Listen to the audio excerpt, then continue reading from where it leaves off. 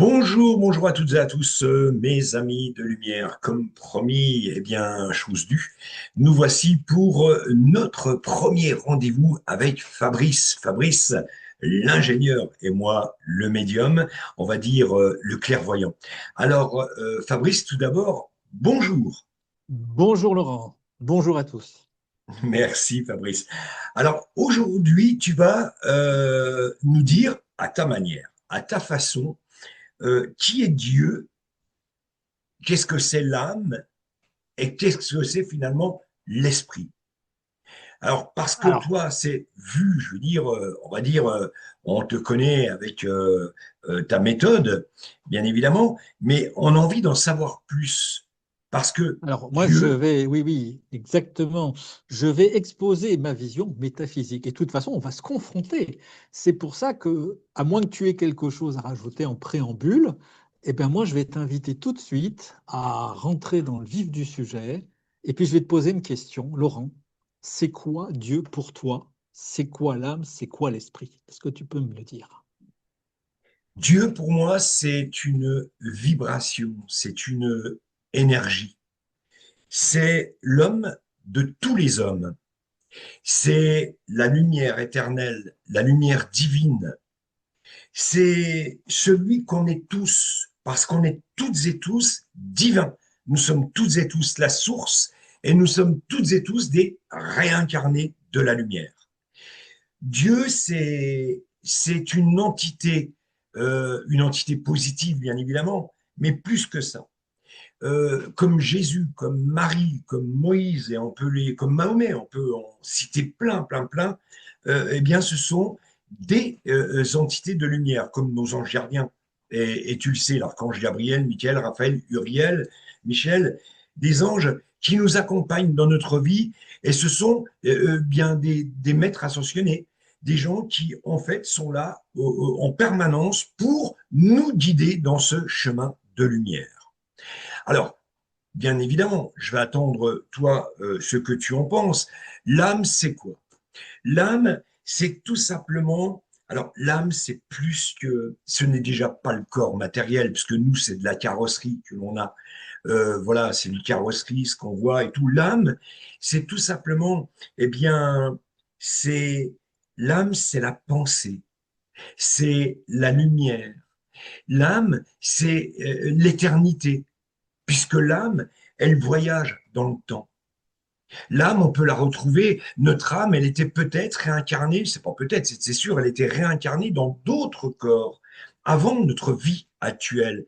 Elle sera réincarnée dans, bien évidemment, notre vie future. C'est ça, l'âme. Pour moi, l'esprit, c'est tout simplement la pensée également, c'est l'esprit. On va dire que c'est presque ces deux mots, l'âme et l'esprit, sont presque, je veux dire, fusionnels. L'esprit, c'est tout simplement, on dit toujours, un vieux proverbe, oui, tu as un bon esprit, tu as un esprit positif. L'esprit, c'est pareil. C'est tout simplement la lumière, la vie, l'éternité. L'esprit, c'est ce qui nous permet, je veux dire, d'avancer dans la vie positivement. Il y en a qui, malheureusement, avec l'esprit, s'en servent très, très mal. On le voit, par exemple, dans des milieux, moi j'appelle ça toujours la matrice, dans des milieux politiques, dans des milieux de médias, beaucoup de médias aujourd'hui, voilà, qui ont un esprit tordu. On le dit souvent, mais c'est pas possible. Il a un esprit tordu, lui. L'esprit, c'est pareil, c'est une pensée, qu'elle soit positive ou négative. Alors, la lumière, bien évidemment, pour moi, elle ne passe pas par des chiffres, elle passe tout simplement par une vibration, elle passe par une énergie, parce que nous sommes tous de l'énergie, on est tous de la vibration, on vibre chacun pareil. Voilà ce que c'est pour moi la définition de, de, de, de Dieu, Dieu l'être suprême, qui, lui, a mis en place son échiquier sur Terre. Et son échiquier, si t'es mieux, c'est comme on appelle ça un jeu comment on appelle ça avec les pions. J'ai un trou de mémoire. En fait, Dieu, c'est le roi. Et nous, nous sommes, je veux dire, voilà, ces sujets, tout simplement. Ouh là là, j'ai envie de dire.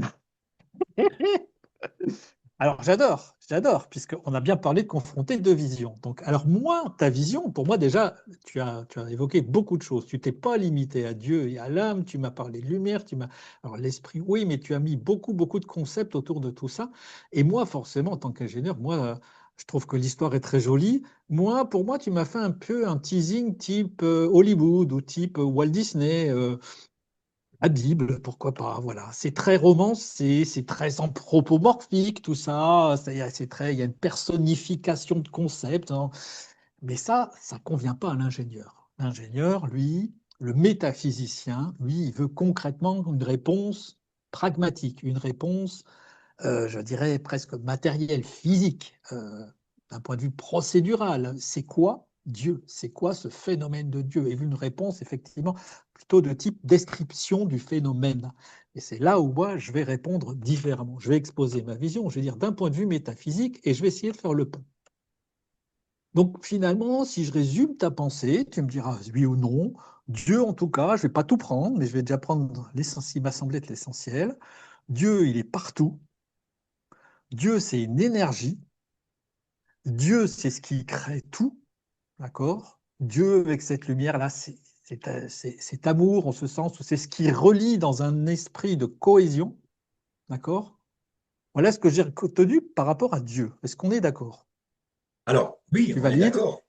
D'accord. Alors, en métaphysique, ce qui résume tout ça, ce qui vibre partout, ce qui vibre, ce qui est partout, ce qui est énergie. Aussi une chose très importante, parce que on suppose bien que Dieu, rien ne préexiste à Dieu. Sinon, ça veut dire qu'il faut savoir quel est le truc qui a créé Dieu. On est d'accord?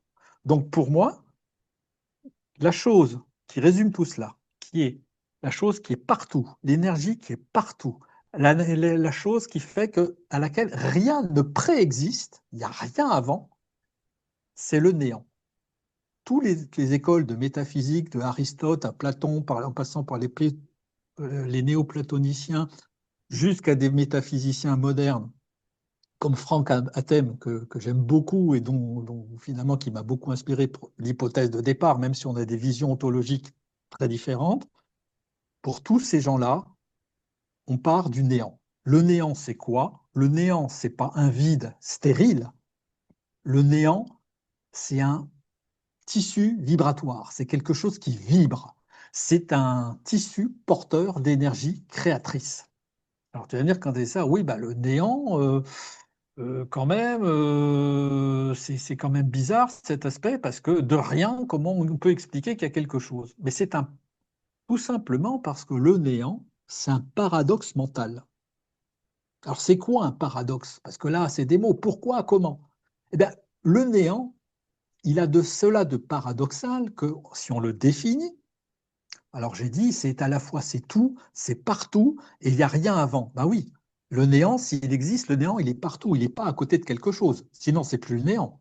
On est d'accord. Donc le néant est partout. Le néant, c'est une énergie. On va voir pourquoi. Parce que c'est un paradoxe. Le néant, il n'y a rien avant. Ah non, il n'y a rien avant rien. Si c'est rien depuis toujours, partout. Donc, on part bien de ça. Et je dis, c'est un paradoxe mental. Parce que le rien, le néant, il a cela de paradoxal que c'est à la fois le rien absolu et le tout absolu. C'est le rien partout. Donc, c'est à la fois rien et tout. La nullité absolue et cette nullité partout, c'est-à-dire un champ de potentialité finalement, ce rien qui peut devenir quelque chose qui serait finalement le tout. En tout cas, il faut retenir rien absolu et tout absolu, le rien à l'infini, le zéro qui s'oppose à l'infini. Ça disjoncle là-dedans. Tu me dis le néant, c'est rien ou c'est le tout? Et c'est les deux. C'est un paradoxe et c'est en cela que c'est quelque chose de vivant. Alors, je vais prendre tout de suite un exemple. Je prends un autre paradoxe. Si je te dis, par exemple, cette phrase est fausse, je dis cette phrase est fausse. Parce que si cette phrase est vraie, alors elle est fausse. Mais elle me dit quoi cette phrase? Elle me dit qu'elle est fausse. Alors elle ne peut pas être vraie. Ah oui, mais si elle est vraie, elle est fausse. Là, tu me dis, ça commence à me faire des nœuds au cerveau. Là, je commence à avoir mal à la tête. C'est bien la preuve qu'il y a une agitation mentale. Qui dit agitation dit énergie. Énergie, étymologiquement, c'est un mouvement. Une énergie, c'est du mouvement. Donc là, quand tu te dis dans la tête, bon, cette phrase, elle est vraie ou elle est fausse, c'est vrai, oups, ça crée une énergie. Ben, le néant, c'est pareil. Le néant, est-ce que c'est le rien ou est-ce que c'est le tout? Ben, cela est de nature à créer un mouvement ontologique, un mouvement d'énergie. Donc le néant, c'est à la fois une opposition, c'est ça le cœur d'un paradoxe, c'est une opposition entre la nullité et l'infinité, le tout. Le néant, c'est à la fois la nullité partout et la nullité infiniment partout. Donc la nullité, elle s'oppose à l'infinité parce que le zéro lui dit, mais moi je ne suis pas l'infini. Je suis le néant, je suis le zéro, je suis la nullité, je ne suis pas l'infini. Et ça, cette distinction de la nullité par rapport à l'infini, le phénomène de se distinguer, c'est ce qu'on appelle la conscience. La conscience, c'est je suis conscient de choses qui se distinguent de moi. Donc cette première force ontologique de distinction, le zéro, la nullité qui n'est pas l'infini, qui est inhérente au néant, c'est la conscience. Et à l'inverse, l'infinité. L'infinité, au contraire, elle s'assimile à la nullité parce que seule la nullité est infinie. Si tu parles de quelque chose, si tu dis je parle une chose, c'est forcément délimité, c'est une chose. Une chose a une limite. Il y a que toute chose a une limite, forcément. Elle peut être infiniment grande si au niveau vocabulaire, mais elle est forcément finie si c'est une chose. Et la seule chose qui soit infinie, c'est la nullité. Donc, on a la conscience et la nullité et l'infini qui s'opposent frontalement. Et finalement, la seule chose, comme je l'ai dit, qui soit réellement infinie, c'est la nullité. Donc le néant ne pouvant être qu'un, puisqu'on peut, on est obligé de réconcilier les deux, sinon c'est plus le néant et on reste dans le paradoxe, ben, tout est nullité et tout est uni. Et donc cette force-là de l'infini qui se relie à la nullité, c'est l'amour, c'est la force inverse. Donc on a la conscience qui est la force qui distingue la nullité de l'infinité qui va dans un sens, et on a la force contraire qui est l'infinité qui s'assimile à la nullité, qui est l'amour, qui veut faire cohésion et qui fait que le néant reste un paradoxe qui est intègre, un paradoxe qui demeure, sinon ça serait le chaos, et on ne serait même pas là pour en parler. Voilà, donc on a vraiment deux forces qui créent une tension infinie. Tout ça, ça reste mental. Je répète, c'est mental. Mais c'est mental, je vais vous renvoyer à deux choses très simples. Première des lois universelles, la loi du mentalisme. C'est tout. Vous allez prendre la Bible. Au début était le verbe, processus mental. Donc on part de quelque chose de mental. Vous l'avez peut-être déjà entendu, tous les physiciens modernes disent ouais, mais finalement, la réalité n'est sans doute qu'une illusion. Les films Matrix et tout ça. On y reviendra. C'est juste pour illustrer le propos. On part de quelque chose qui est mental. On part d'un néant qui n'est pas stérile, qui est quelque chose qui vibre, qui est source de vibration partout. Ça vibre, c'est un vide qui vibre. Et cette vibration, c'est l'opposition de deux choses. La nullité, le rien absolu, le néant qui dit je suis rien, et c'est la nullité. Mais le néant qui est aussi tout, parce qu'il ne peut pas être à côté de quelque chose, il est tout. Et ce rien et ce tout en même temps, ça crée une opposition conceptuelle, une opposition de concepts irréconciliables, qui est à la fois la distinction de la nullité de l'infini, ça c'est la conscience. Je suis conscient de quelque chose, je m'en distingue. Et l'amour, l'obligation d'être relié quand même, parce que le néant, il faut qu'il soit un, il faut qu'il soit cohérent, il faut que ce soit la même chose. Donc l'amour et la conscience, ce sont les deux grandes forces qui génèrent ces vibrations partout, des vibrations partout. Le néant vibre, c'est une source d'énergie brute qui ne demande qu'à se libérer. C'est simplement une vibration, une infinité de potentialités. Donc, Ce néant, on va dire, c'est une somme de points de nullité qui font le néant. Et dans chacun de ces points de nullité, là, vibre. C'est parce que chacun de ces points de nullité, il s'oppose à l'infini. Donc on a un grand tissu, une mer, un océan, on pourrait dire, de points qui vibrent, qui sont des forces. Et voilà, donc, bon, j'ai une équation métaphysique, mais qui relate ça clairement. C'est-à-dire que même les mathématiques disent que finalement c'est ça. Alors là, je vais peut-être pas l'aborder aujourd'hui, je vous renverrai là, dans la vidéo, on va mettre le lien vers la description de cette équation métaphysique, mais qui est toute simple, hein, qui dit les mathématiques disent qu'effectivement, le néant, c'est à la fois le tout et le rien, et c'est un océan de potentialité. Voilà. Donc après, on va dire, bah oui, mais qu'est-ce qui devient ce tissu de vibration là? Parce qu'on nous dit, tu nous dis, c'est le néant. Le néant, donc c'est le rien partout, c'est quelque chose qui vibre parce que ça s'oppose entre la nullité et l'infini.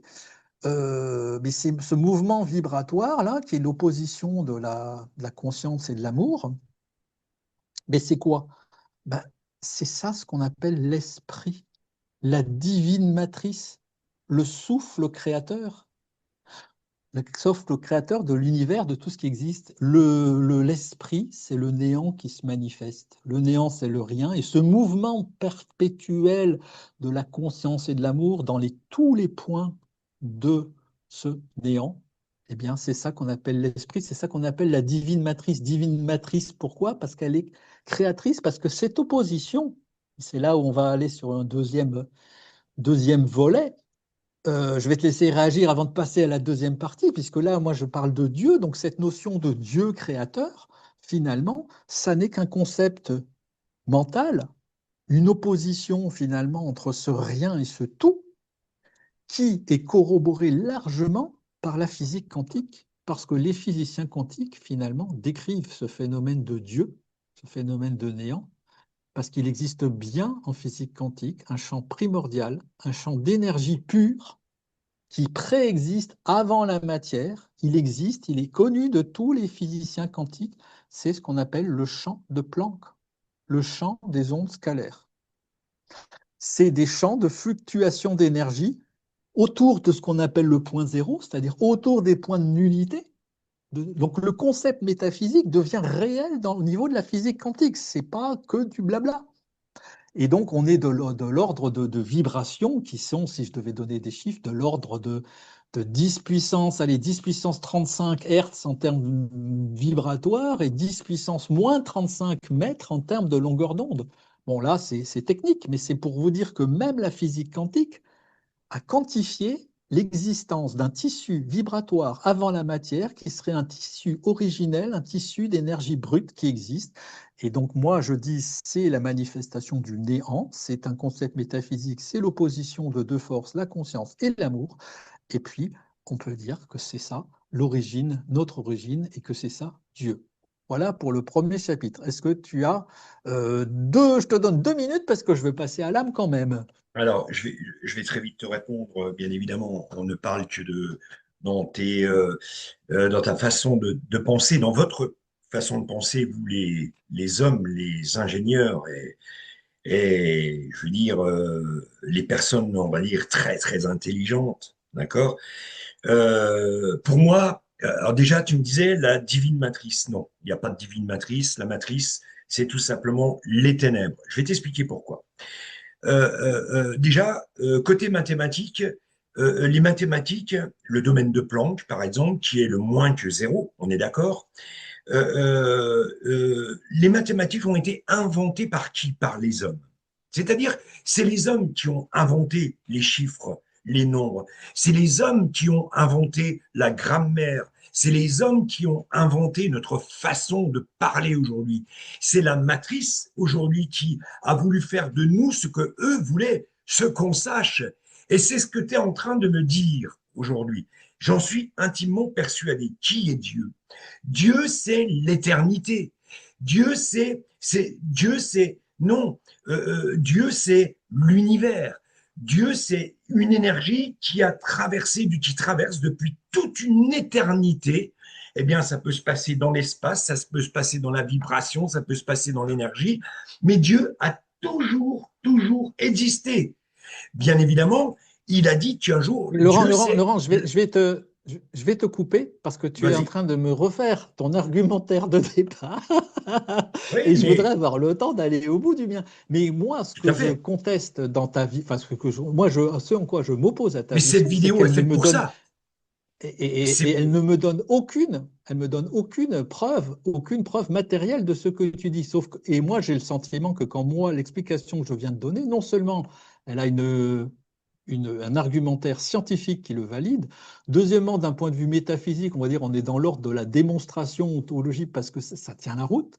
Et trois, quand tu dis, ben non, les mathématiques et la grammaire, ça existe avant, c'est l'homme qui l'a. Non, moi je dis que non, c'est intrinsèque, c'est quelque chose touchant d'ailleurs. Alors je pourrais vous renvoyer, mais là, les gens qui vont venir sur ma chaîne vont trouver tous ces éléments dans mes infographies et dans mes vidéos. Les champs informationnels de base, c'est-à-dire que les champs, toutes ces informations stabilisées, ces informations vibratoires sont porteurs de concepts tels que les mathématiques, tels que la musique, tels que les archétypes, tels que des fréquences originelles de base. Toutes ces informations primordiales comportent ces éléments, c'est la nature du champ vibratoire originel. Voilà. mais Bon. Alors après, comment on passe à l'âme? on est. C'est ça Ouais, l'acte ouais. qui Alors, importe. on Moi, reviendra de toute façon sur ce sujet. voilà. C'est bien l'homme qui a inventé 1 + 1 = 2. 2 Non, plus pour 2 moi, non. non. Attends, laisse-moi terminer, Fabrice. On est bien d'accord que c'est l'homme qui a inventé la table de multiplication. Et d'ailleurs, tu te fais taper sous les doigts si tu ne les connaissais pas. Tout le monde était à l'école, bien évidemment. Si tu ne connaissais pas ta table de multiplication, tu te faisais taper sur les doigts par le maître à l'époque. Non, ça, c'est inventé, c'est une pure invention de l'homme. Alors, bien justement, je ne peux que décliner, on va dire, ta façon de penser. Elle est tellement mathématique, elle est tellement matricienne, elle est tellement, je veux dire, après, maintenant, voilà, quoi. Mais on va passer à un autre sujet, on reviendra de toute façon, et ces Ah non, vidéos sont oui, faites. on va aller dans la continuité à décrire l'âme. Sauf que quand tu me dis ça, moi je te réponds, chaque fois que tu me diras non, c'est l'homme, mais moi je te dis, mais qui a inventé l'homme alors? Parce que pour inventer l'homme, il faut quand même des sacrés programmes informatiques quelque part, ou des sacrés programmes, je ne vais pas parler d'informatique, je veux dire de sacrées lois logiques pour faire en sorte que il y ait un amas d'énergie avec chaque cellule qui sait exactement quelle forme elle doit Alors, prendre pour former une fonction organique, pour constituer un humain, pour constituer tout ça dans un ordre qui est juste incroyablement, enfin, comment dirais-je, un système qui est incroyablement ordonné. Et ça, c'est pas possible. Ça n'est pas possible si c'est pas une information qui est inhérente au système. Et on le voit dans tous les systèmes de base. Bon, mais si on vient sur l'âme, comment moi j'ai décrit un champ vibratoire originel? J'ai dit c'est un tissu qui bouge. Et à un moment donné, ce tissu vibratoire, donc qui est énergétique, à un moment donné, ce tissu vibratoire, eh ben, il a des singularités. C'est-à-dire qu'à un moment donné, tous ces points de nullité là que j'ai dit qui s'opposaient à l'infini, qui sont la conscience et l'amour qui s'opposent, à un moment donné, ça forme des vibrations là, mais on a quelque chose de stable. Et à un moment donné, on a des singularités, c'est-à-dire qu'il y a des ruptures, il y a des formes de, il y a une rupture totale, et là où on avait une opposition stabilisée, eh ben c'est un petit peu comme si tu imagines deux taureaux qui sont corne contre corne, tête contre tête, et ces deux taureaux-là, ils ont une puissance infinie, on voit bien que ça vibre, et puis à un moment donné, il y a un glissement, et ils se tournent autour. Et donc, au lieu d'avoir une force frontale, on a une force qui se tourne, deux forces qui se tournent autour, qui créent un vortex. Et ce vortex énergétique, bah, tout simplement, c'est ce qu'on va appeler l'âme, c'est-à-dire un tourbillon. L'âme, c'est quoi? C'est la conscience et l'amour, c'est-à-dire deux forces opposées qui dansent ensemble dans un mouvement énergétique qu'on appelle un vortex, qui vont créer des âmes qui pour moi, donc ce que j'appelle âme, c'est ce mouvement-là conjugué entre ces deux forces, la conscience et l'amour, donc qui sont l'instance de la conscience universelle, on va dire, et de l'amour universel. Et ça crée des âmes. Des âmes, ça va être des formes simples comme des atomes ou des formes complexes comme des humains, des animaux, des plantes, des planètes, des galaxies. Ces formes, chacune des formes complexes n'étant que l'amas d'une forme simple. C'est-à-dire que ce vortex, dans le cas d'un homme, ben, un humain, on a ces deux forces-là qui tournent, qui tournent, qui tournent, et à un moment donné, c'est une force centripète qui va attirer à elle des forces, des âmes beaucoup plus beaucoup moins complexe que ne l'est une âme humaine. Et puis, il va y avoir un noyau central qui va se former, un noyau énergétique dense au milieu de ce vortex. Et c'est là où on va avoir une forme qui va être un humain, etc., etc. Bon, voilà. Mais là encore, hein, il y a une justification scientifique. Hein. Un trou noir, c'est comment? Ben, un trou noir, c'est la même chose. Un trou noir, c'est un vortex énergétique qui, à un moment donné, attire à lui toute la matière qui peut exister dans l'environnement et créer ce qu'on appelle eh bien, il y a ce qu'on appelle un disque d'accrétion, c'est-à-dire de la matière qui est au nœud de ce système énergétique. Donc, l'âme, c'est une boule énergétique qui a un phénomène de croissance et de décroissance, et ça, on aura largement le temps de le voir dans des vidéos prochaines. Mais voilà, je retiens un tissu global qui vibre, qui est une opposition de deux forces, la conscience et l'amour, et par endroits, ces vibrations qui correspondent à des informations de base, ces vibrations, elles vont simplement se diffracter, ces points de jonction vont se diffracter, vont créer des vortex énergétiques, et ces vortex énergétiques, ce sont des âmes. Voilà. C'est ni plus ni moins que ce que l'on voit en physique quantique avec le champ de Higgs, où à un moment donné, l'énergie devient matière. Voilà. Et c'est donc validation pour moi métaphysique, validation scientifique avec la conscience. Alors après, on peut dire c'est faux, ça n'existe pas. Moi, je veux bien. De toute façon, je n'ai pas les moyens de m'opposer à ça. Mais voilà ce que je peux dire dans ma définition métaphysique et scientifique. Voilà. Alors, qu'est-ce que vous vous compliquez la vie, vous les ingénieurs, les humains, je dirais, parce qu'il y a un moment donné, on reviendra sur le sujet. Bien évidemment que qui a créé l'homme? L'homme a été créé bien évidemment par cette vibration, cette énergie, par Dieu. Parce que l'homme, mais ça on reviendra là-dessus, sur les extraterrestres, parce que à force de chercher les Oui, extraterrestres aujourd'hui dans l'univers, je peux te dire vraiment, Fabrice, et je t'en apporterai peut-être un jour la preuve, je l'espère, les extraterrestres, c'est nous qui avons conquis l'univers depuis l'éternité. Mais ça, on en parlera plus tard dans une autre oui, oui, on va émission. parler plus tard. Ce que je peux Ouais, te dire, moi, c'est pour aller dans ton sens, c'est que toutes les religions que j'ai étudiées, le christianisme, l'islam, le judaïsme, l'hindouisme, le bouddhisme et le taoïsme disent la même chose. On a un principe originel qui est la source, on a un mouvement qui est le souffle, et on a une forme qui est la manifestation. C'est exactement les trois choses dont j'ai parlé, le néant, l'esprit et l'âme. ok, bah écoute, on a fait le tour de cette première émission, je crois, Fabrice, là. Ah, on n'a fait que planter le décor. Ah, c'est-à-dire, vas-y. Ah bah oui, ben, la prochaine fois, moi je vous ai dit, voilà, l'âme, c'est une boule énergétique. Maintenant, il faut que moi je vais expliquer, moi, quel est le parcours de l'âme. Pourquoi cette âme-là fait que vous êtes un humain avec des problématiques psycho-émotionnelles, avec des besoins, avec des motivations et des vies qui s'enchaînent. On va parler de Tout à fait. réincarnation, tout ça. Donc le parcours de l'âme et son évolution, c'est naturellement l'objet de la prochaine émission. Mais d'ici là, réagissez, dites-nous lequel des deux, si ça vous questionne, si ça vous interpelle, s'il y en a un des deux qui vous semble complètement à côté de la plaque. Et je crois que ce soit Laurent ou moi, on est tout à fait prêt à s'entendre dire qu'on est à côté de la plaque. On n'a pas de souci avec ça. Alors, en tout cas, merci pour cette première émission. J'espère que, bah oui, ça va. On espère que vous allez partager, que vous allez la commenter. Hein, c'est la base hein, aujourd'hui. Mais je suis tellement heureux d'être dans cette lumière éternelle et de donner, mais on en parlera encore plus tard, de la médiumnité. D'ailleurs, tu vas parler d'un sujet la semaine prochaine qui est génial. L'âme, parce qu'avec l'âme, oui, c'est vrai qu'on peut faire beaucoup, beaucoup de choses, mais ça, c'est voilà, c'est ce qu'on vous concocte tout au long de l'année. Bon, ben ok. Alors la prochaine épisode, prochaine émission, j'ai envie de dire. Allez, merci Fabrice, merci mes amis de Allez, Lumière et à à très vite. bientôt. Alors, vous connaissez Merci. votre émission, partagez-la, hein, surtout commentez-la. Le médium et l'ingénieur, c'est toutes les semaines, tous les mercredis, sur votre ordinateur. Laurent et Fabrice, voir Dieu en toute chose. Ne voyez-vous pas que Dieu est là? Là, ici, là. Là, ça c'est Dieu. Dieu est ici, dans cette feuille parfaitement constituée. Voilà, voir Dieu en toute chose. Juste regarder avec les yeux avec les yeux de l'âme et se souvenir que nous sommes cette âme ici et maintenant aussi dans cette fleur. Dieu est donc cette énergie, cette vibration dont vous parlez exactement tous les deux, présente tout autant dans cette fleur que dans ma main, que dans l'invisible ici, tout autour de ces fleurs, dans ce fameux néant.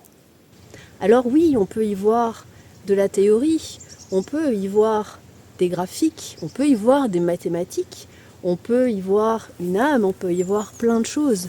Mais regardons donc avec des yeux grands ouverts et observons cette magie à l'œuvre. Dieu est ici, Dieu est dans cette feuille, parfaitement exécutée par une main de maître. Dieu est ici, dans cette vibration, tout autour de moi, tout autour de nous, ici, dans cette fréquence. Là, nous voyons Dieu partout, voir Dieu en toutes choses.